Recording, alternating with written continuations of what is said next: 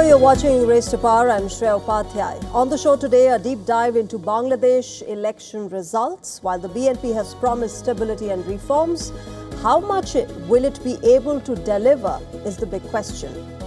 We also get you more on Imran Khan's health. The former Pakistani Prime Minister's reported vision loss in an eye has stirred a storm within his PTI party. More on this coming up ahead. Bangladesh has delivered a clear mandate to the Bangladesh Nationalist Party, or the BNP, as the next party to assume power after Sheikh Hasina's ouster.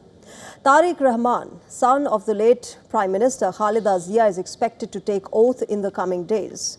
Muted celebrations and prayers marked the victory for the BNP. After Rahman asked party leaders and supporters to not carry out victory rallies and pray for the country.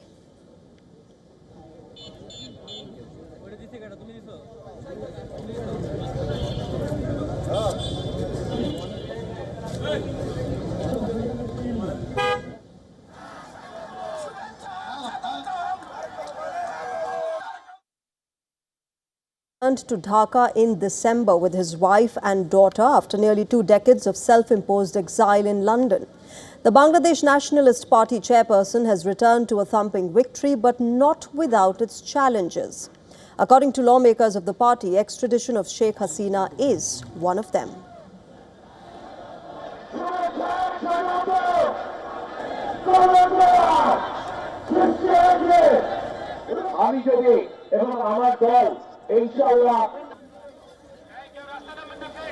Sheikh Hasina's presence in India.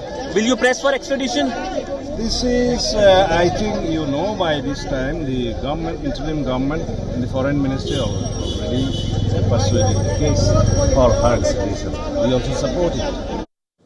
For the voters who stepped out in large numbers, the ask of the incoming government is simple: peace and a properly maintained system of governance.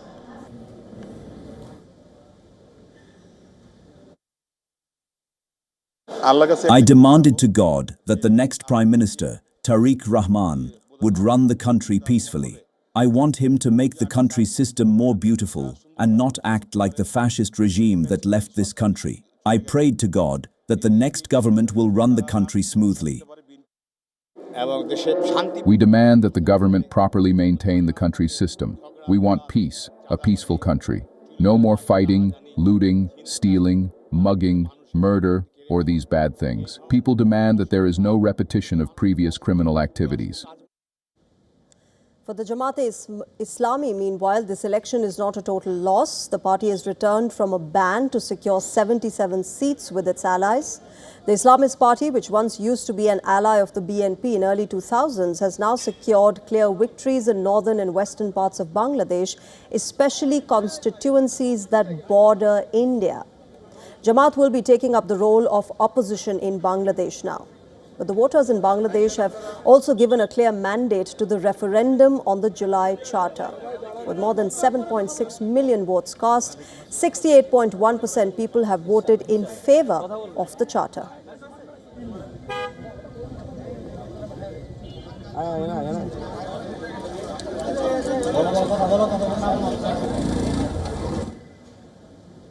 Now, as the winning party faces an uphill task to govern Bangladesh and work on its issues, WION Siddhant Sibbal spoke with Goyeswar Roy, a senior leader of the Bangladeshi Nationalist Party and the first Hindu lawmaker to win from the Dhaka 3 constituency. Roy has dismissed communalism in Bangladesh and called himself a son of the soil. Take a listen. There have been concerns over the situation of Hindu minorities in Bangladesh.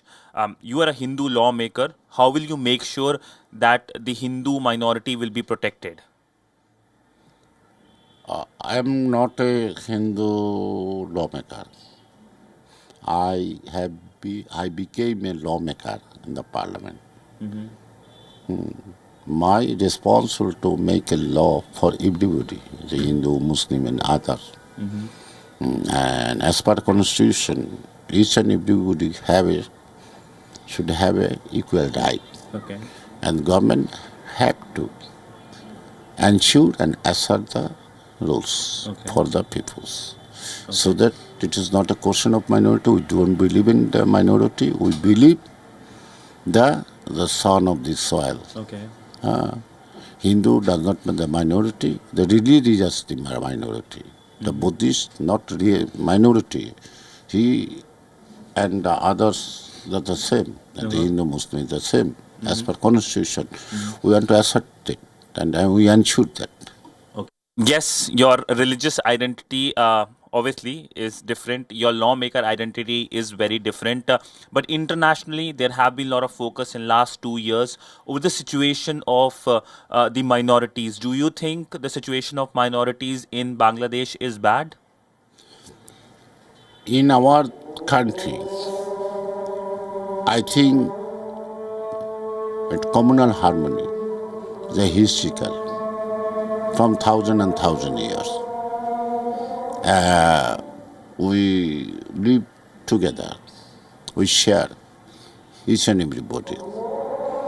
Communal harmony is best. No communalism in Bangladesh.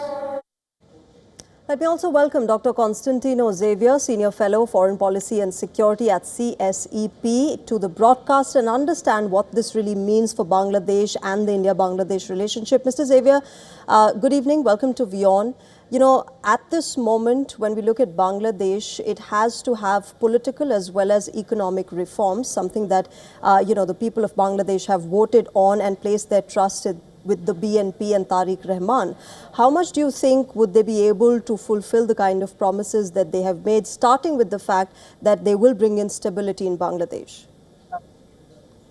I think the resounding victory of the BNP today speaks volumes about the clear mandate they have now to lead Bangladesh back on a path of development, progress, reforms, and also good relations with India.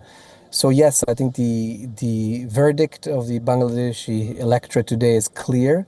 The BNP has a strong majority to take the country forward. That gives the BNP and soon-to-be Prime Minister Rahman a lot of political capital to also improve relations with India. There is a strong anti-India sentiment in the country, in Bangladesh. And of course, the BNP will have to now explain why good relationship, particularly an economic, developmental relationship, but also security relationship with India is important. And will have to explain to the Bangladeshi electorate that it needs to invest in that relationship with India. You know, Dr. Xavier, we keep saying and we keep talking about how the BNP and Tariq Rahman now need to balance their ties with India. They need to have good relationship. But you've also got Jamaat-e-Islami as the largest opposition party with a good number of votes after a ban. With Jamaat as the opposition, how much do you think would Tariq Rahman be able to balance that, considering the fact that not just Jamaat, but the BNP itself has had an anti-India stance in the past? Would it want to listen to Jamaat or go its own way? I think the vote today gives us the answer that the BNP will be less challenged, less beholden to the Jamaat. Numbers matter in parliament. It is reported to be a two-thirds majority, and that therefore is the best case scenario for India and the best case scenario for elected leader Tariq Rahman, who has promised that he wants to normalize relations with India. A weaker BNP would have meant a more limited, challenged BNP, more beholden to the Jamaat, which of course has a more difficult history and relationship, and even more difficult and even negative view towards India. But I think at the same time today we see that traditionally in this neighborhood, in this region, extremist parties often, when they run for elections, don't do as well as expected. I think that's one big takeaway. The Jamaat was on the rise, is still on the rise, will consolidate its leader now, its role as the leader of opposition. But at the same time, it's been probably rather disappointing to see these results for the leadership of the Jamaat. That happens because, of course, extremist parties or more fringe parties tend to be very strong on the streets. They mobilize people. They set the agenda. They often have a more radical articulation. For example, on India, again, we saw that in the last 2 months, 2 months from the Jamaat. When it comes to votes, I think the Bangladeshi electorate has moved more to the moderate side and seen in the BNP a promise of stability and a future, also repairing of the relationship with India that the Jamaat was less equipped to do. You know, obviously, the fact that BNP has won means that voters, especially women and Gen Z, who came out in large numbers and were dominating this election, have placed their trust in a centre-right party. But domestically, I'll go back to the same question, the challenges that Bangladesh faces at the moment and the kind of uphill task that Tariq Rahman will face as the Prime Minister is not going to be an easy one. A very difficult one indeed. It's difficult because we saw a lot of confusion over the last year and a half. The August Revolution 24 brought in a leader from abroad without any election who promised to completely change the country. A new constitution, we heard, a new electoral system, massive economic and institutional reforms. As I've often mentioned, I think that dream has now faced a reality check that you had to have elections first, let the Bangladeshi electorate decide who will be the successor to Prime Minister Sheikh Hasina. We now have that success. And I think the BNP will be able to develop, like you mentioned, a more moderate, inclusive agenda on economic reforms that the country needs urgently. At the same time, let me just say that I think a lot of the younger generation that obviously made the revolution of 24, maybe it's not their time yet to run the country. If you're in your 20s, which means you still pretty much be a part of 50% of the Bangladeshi population, which is below 26 years of age, it might be a little bit too early to run the country, but it's certainly not too early to express protest and to hold leadership to a higher standard. That is what the young people have done. My sense is that the young Bangladeshis will also hold the BNP to a very high standard over the next few years. Well, absolutely. We'll have to wait and see what Tariq Rahman does. And it's not very often that we hear this nowadays, Dr. Xavier, that Tariq Rahman is the first male prime minister in about 35 years for Bangladesh. So let's wait and see what he does. But thank you very much. I'll leave it here for sharing your perspective and giving us a better understanding. All right, let's shift our focus now to Pakistan. In Pakistan, the opposition alliance, TTAP, has announced it would stage a sit-in outside the parliament. This, remember, after the Supreme Court of the country was informed that former Prime Minister Imran Khan is left with only 15% vision in the right eye. The information was shared in a report that was submitted by his lawyer, Salman Safdar, to the top court, who quoted the PTI founder as telling him that he has lost 85% of vision in his right eye. In a post on X, the TTAP demanded Imran Khan be given full access to doctors whom he trusts. Earlier, Khyber Pakhtunkhwa Chief Minister Sohail Afridi condemned what he described as gross negligence and criminal recklessness of the federal government regarding the medical condition of the former Prime Minister. Imran Khan's son also accused the Pakistani government and the military leadership of averting responsibility for his father's deteriorating health. In a post on social media, Qasim Khan said that it is the direct consequence of 922 days of solitary confinement, medical neglect, and the deliberate denial of proper treatment in prison. The development comes, remember, a few weeks after he was officially diagnosed with right central retinal vein occlusion, which is essentially a medical condition which can cause permanent damage to eyesight if left untreated. According to Imran Khan, he suffered a sudden and complete loss of vision in his right eye after October last year. Despite complaining about this to the jail superintendent, he was merely given eye drops for 3 months that resulted in no improvement. He was secretly rushed to the Pakistan Institute of Medical Sciences then, but only in January, where he was administered an injection. His lawyer added that the former Pakistani Prime Minister appeared visibly distressed by the loss of vision and was repeatedly using a tissue to wipe his watery eyes.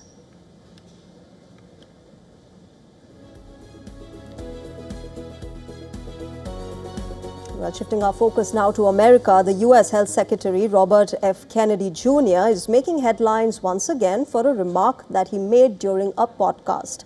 A part of that video has now gone viral.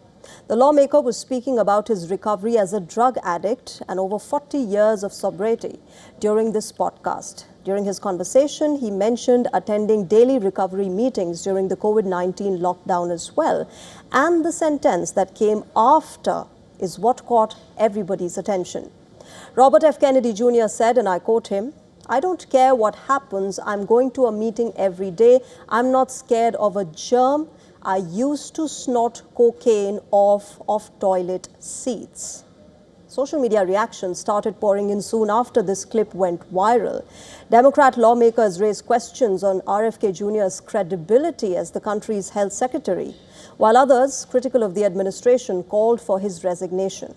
But this is not the first time that RFK Jr. has come under the lens for his controversial remarks. In the past, remember, his position on vaccines leading to autism and several unsubstantiated claims have raised an alarm among medical experts.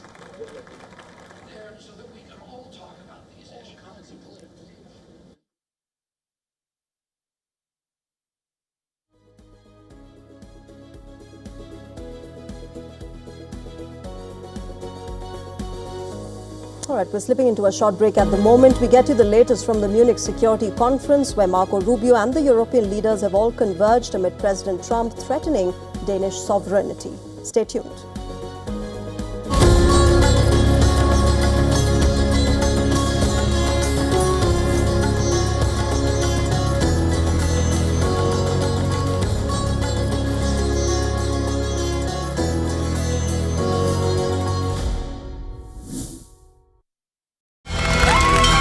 From the bustling trading floors of Wall Street to the vibrant exchanges of Asian stock markets, WION breaks it down for you to make sense of what's happening, as we reveal the key factors behind events, strategic battles, and the game-changing business decisions that shape the world. We bring you all of this and more on World Business Watch.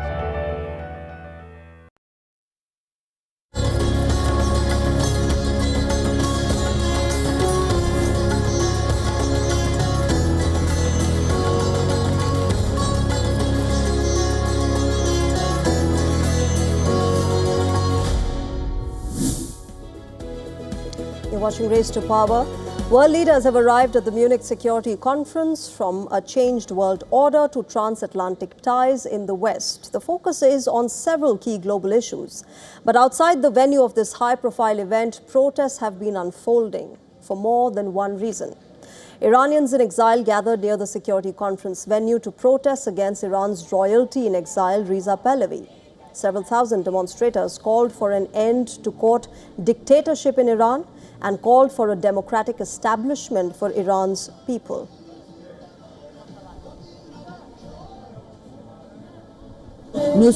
We are here today because we are against mullahs and the Shah. We staged a revolution in 1979 and then drove the dictator out of Iran. We celebrated big time that day because the dictator was gone, and we don't want to replace one dictator with another.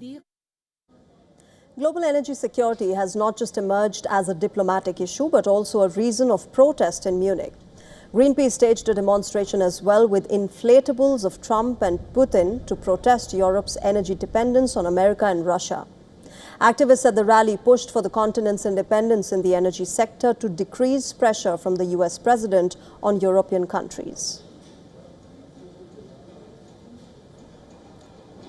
Europe's strength depends on our energy security. The EU is importing more and more fracking gas from the US that is making us vulnerable to pressure from Trump. This is why Greenpeace is taking action today here in Munich, because whenever we're talking about security, we also have to talk about energy sovereignty. Only renewables keep Europe independent. Moving on, the fallout from the Epstein files has reached India's parliament now. Opposition MPs are protesting against Petroleum Minister Hardeep Singh Puri's past contact with Jeffrey Epstein. Several MPs from the Indian National Congress demonstrated outside the parliament with posters and banners. They were demanding Hardeep Singh Puri's resignation. The protests erupted soon after the question hour began in the parliament. Several opposition MPs reportedly moved close to the speaker's chair and ignored requests to return to their seats. This led to the Lok Sabha being adjourned, first till noon and then till the end of the day. The Parliament session is now heading into a break and will resume on the 9th of March. But the protest was sparked by email correspondence between Hardeep Puri and Jeffrey Epstein. The two had exchanged emails between 2014 and 17, and these records were released in the latest tranche of the Epstein files. The demands for Puri's resignation are being spearheaded by the leader of opposition in the Lok Sabha, Rahul Gandhi. Now, Hardeep Puri says that he met with Epstein 3 or 4 times over the course of 8 years in the US, and he added that these meetings had nothing to do with the allegations of sexual abuse against Jeffrey Epstein. Puri said that he had only spoken with Epstein about promoting the Make in India initiative. The minister also added that Epstein did not consider him the right person and that the convicted sex offender had once referred to Hardeep Puri as two-faced.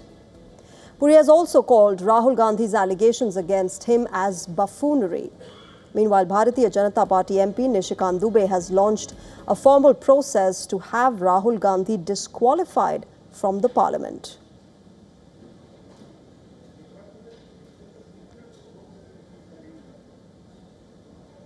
Shifting our focus now, the United Nations has said that Syria's president, Ahmad al-Shara, and 2 top ministers were the targets of 5 foiled assassination attempts last year. The UN report claims that the Syrian president was targeted in northern Aleppo and southern Dara by a group believed to be operating as a front for ISIS.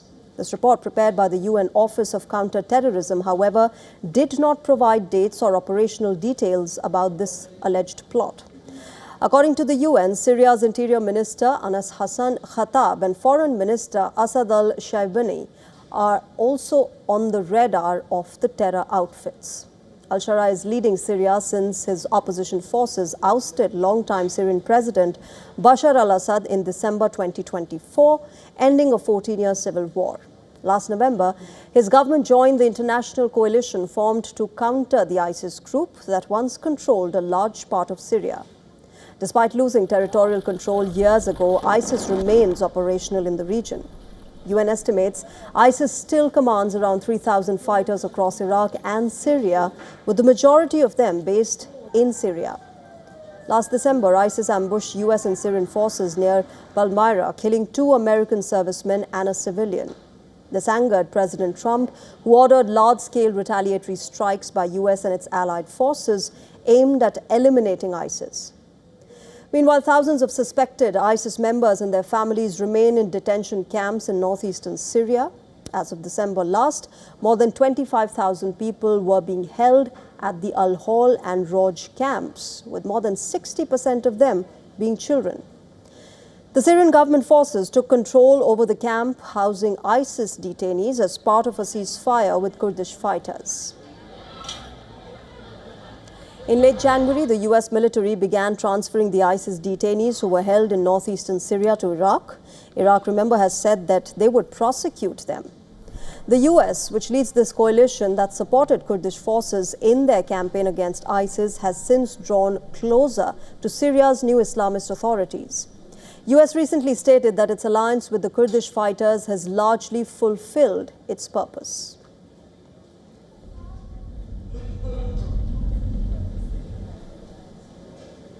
And with that, it's a wrap on this edition of Race to Power. But as always, we'll keep getting you news and updates from India and across the world. Thanks very much for joining us right now. Bye-bye.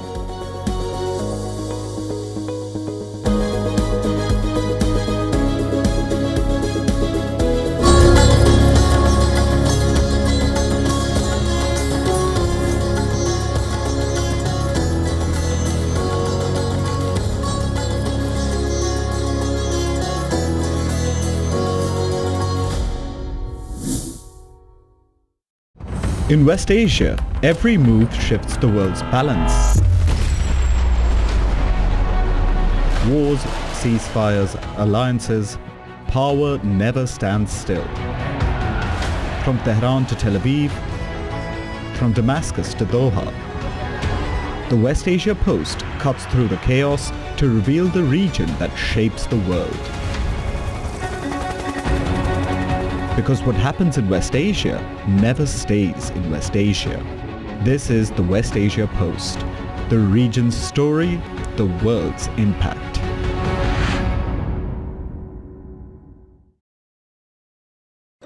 The stress of our world can take a toll on our physical and emotional health. Here, in New York's Catskill Mountains, lies a luxurious place of healing called WION Wellness Center.